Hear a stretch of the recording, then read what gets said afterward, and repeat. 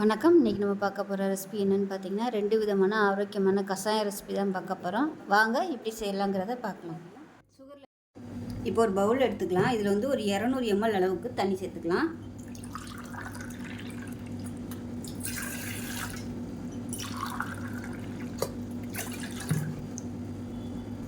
இப்போ தண்ணி லேசாக சூடாக ஆரம்பிக்குது. இந்த ஸ்டேஜில் 1 டீஸ்பூன் போல் மிளகு வந்து தட்டிட்டு எடுத்து வச்சுருக்கேன், அதை சேர்த்துக்கலாம். அதே மாதிரி 1/4 டீஸ்பூன் மஞ்சள்தூள்,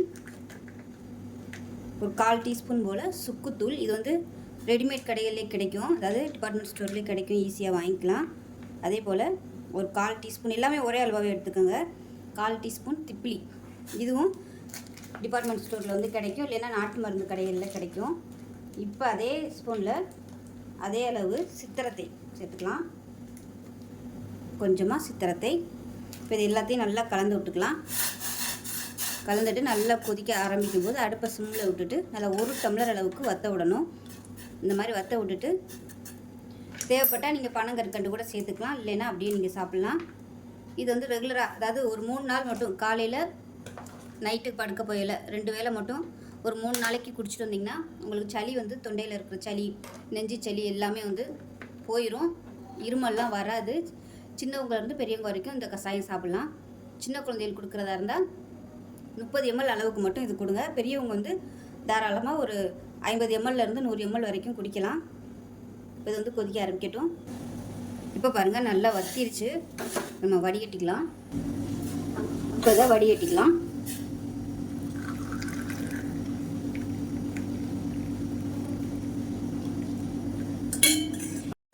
இப்போ நமக்கு அருமையான கஷாயம் ரெடி ஆயிடுச்சு. இதில் உள்ள பொருட்கள் எல்லாமே ஈஸியாக கிடைக்கும். வாங்கி நம்ம ஸ்டோர் பண்ணி வச்சுக்கிட்டோம்னா ரொம்ப ஈஸியாக இருக்கும். சளி பிரச்சனை இருக்கும்போது இதை எடுத்துகிட்டு வந்தோம்னா சளி பிரச்சனை வரவே வராது. ஆஸ்மா, வீசிங் இருக்கிறவங்க கூட இதை வந்து அந்த மாதிரி பிரச்சனை இருக்கும்போது ஒரு 3 நாள் எடுத்துகிட்டு வந்திங்கன்னா உங்களுக்கு நல்ல ரிலீஃபாக இருக்கும். மூக்கிலேருந்து தண்ணி ஒடுகிறது இந்த மாதிரி பிரச்சனை இருந்துச்சுன்னா நீங்கள் இதை 1 டம்ளர் குடிக்கையிலே அடுத்த நாளே உங்களுக்கு நல்ல ரிலீஃப் கிடைக்கும். சளி பிரச்சனை இருக்காது. தொண்டை வீக்கம், தொண்டை வலி இந்த மாதிரி இருக்கிறவங்க கூட இதை தாராளமாக எடுத்துக்கலாம். எல்லாருமே இதை வந்து குடிக்கலாம். உடம்புக்கு ரொம்ப ஆரோக்கியமாக இருக்கும்.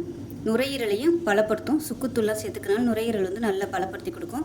ஸோ மஞ்சத்தூள்லாம் சேர்த்துருக்கோம், நல்லா இம்யூனிட்டி பவர் வந்து கொடுக்கும், எதிர்ப்பு சக்தியும் கொடுக்கும்.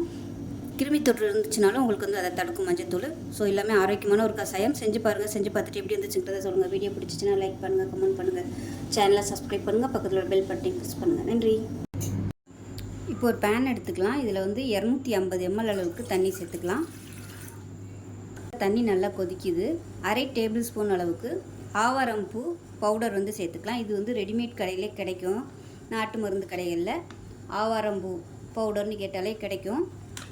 அப்படி இல்லைன்னா ஆவாரம்பூ வந்து பூவாகவே, காஞ்ச பூவே கிடைக்கும். நீங்கள் அப்படி கூட வாங்கினீங்கன்னா ஒரு கைப்பிடி அளவுக்கு ஆவாரம்பூ சேர்த்துக்கோங்க. நான் வந்து பவுடராக வச்சுருக்கனால 1/2 டேபிள் ஸ்பூன் அளவுக்கு சேர்த்துக்கிறேன். அதே மாதிரி 1/4 டேபிள் ஸ்பூன் அளவுக்கு சோம்பு 1-2 தட்டிட்டு சேர்த்துக்கலாம். அதே போல் ஒரு 1/4 டேபிள் ஸ்பூன் அளவுக்கு சீரகம் தட்டிட்டு சேர்த்துக்கலாம். 1/4 டேபிள் ஸ்பூன் மிளகு, 1/4 டேபிள் ஸ்பூன் மல்லி, அதாவது தனியா விதை. இப்போ ஒரு ஏலக்காயை தட்டிட்டு சேர்த்துக்கலாம். அதே மாதிரி சின்ன துண்டாக 3 துண்டு பட்டை. இது வந்து சுருள் பட்டை. இந்த மாதிரி வெயிட் லாஸ் பண்ணுறதுக்கும் சுகர் கண்ட்ரோல் பண்ணுறதுக்கும் இந்த மாதிரி சுருள் பட்டை எடுத்துக்கோங்க. இது வந்து நல்ல லேஸாகவும் இருக்கும். கனமான பட்டை வந்து எடுக்கக்கூடாது, இந்த மாதிரி பட்டை தான் எடுக்கணும். 1/4 டேபிள் ஸ்பூன் அளவுக்கு சுக்கு பொடி, இதுவுமே ரெடிமேடாகவே கிடைக்கும். அப்படி இல்லைன்னா ஒரு சின்ன துண்டு சுக்கு வந்து தட்டிட்டு சேர்த்துக்கோங்க.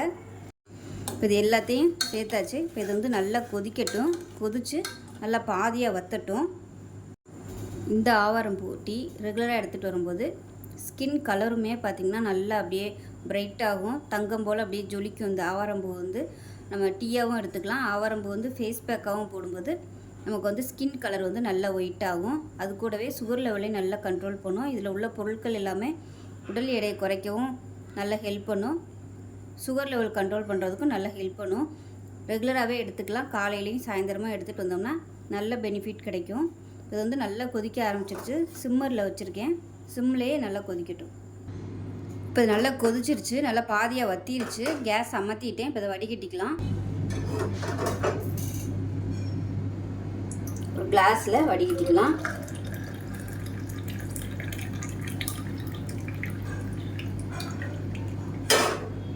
அவ்வளோ அவ்வளோதான், அருமையான ஆவாரம்பூ டீ ரெடி ஆயிடுச்சு. இது வந்து டீ இல்லை கஷாயம் எப்படி வேணாலும் வச்சுக்கலாம். ஸோ ரெகுலராக குடிச்சு பாருங்கள், உடல் எடை நல்ல கண்ட்ரோலுக்கு வரும், சுகர் லெவலும் நல்ல கண்ட்ரோலுக்கு வரும். நல்ல ஒரு ஆரோக்கியமான டீ காலையில் வரும் இത്രയും குடிங்க. அதே மாதிரி ஈவினிங் வந்து காபி டீக்கு பதிலாக இதை வந்து எடுத்துக்கோங்க, நல்ல ஒரு பலன் கிடைக்கும். ஸோ இந்த வீடியோ பிடிச்சிச்சின்னா லைக் பண்ணுங்கள், கமெண்ட் பண்ணுங்கள், சேனலை சப்ஸ்கிரைப் பண்ணுங்கள், பக்கத்தில் உள்ள பெல் பட்டனை ப்ரெஸ் பண்ணுங்கள். நன்றி.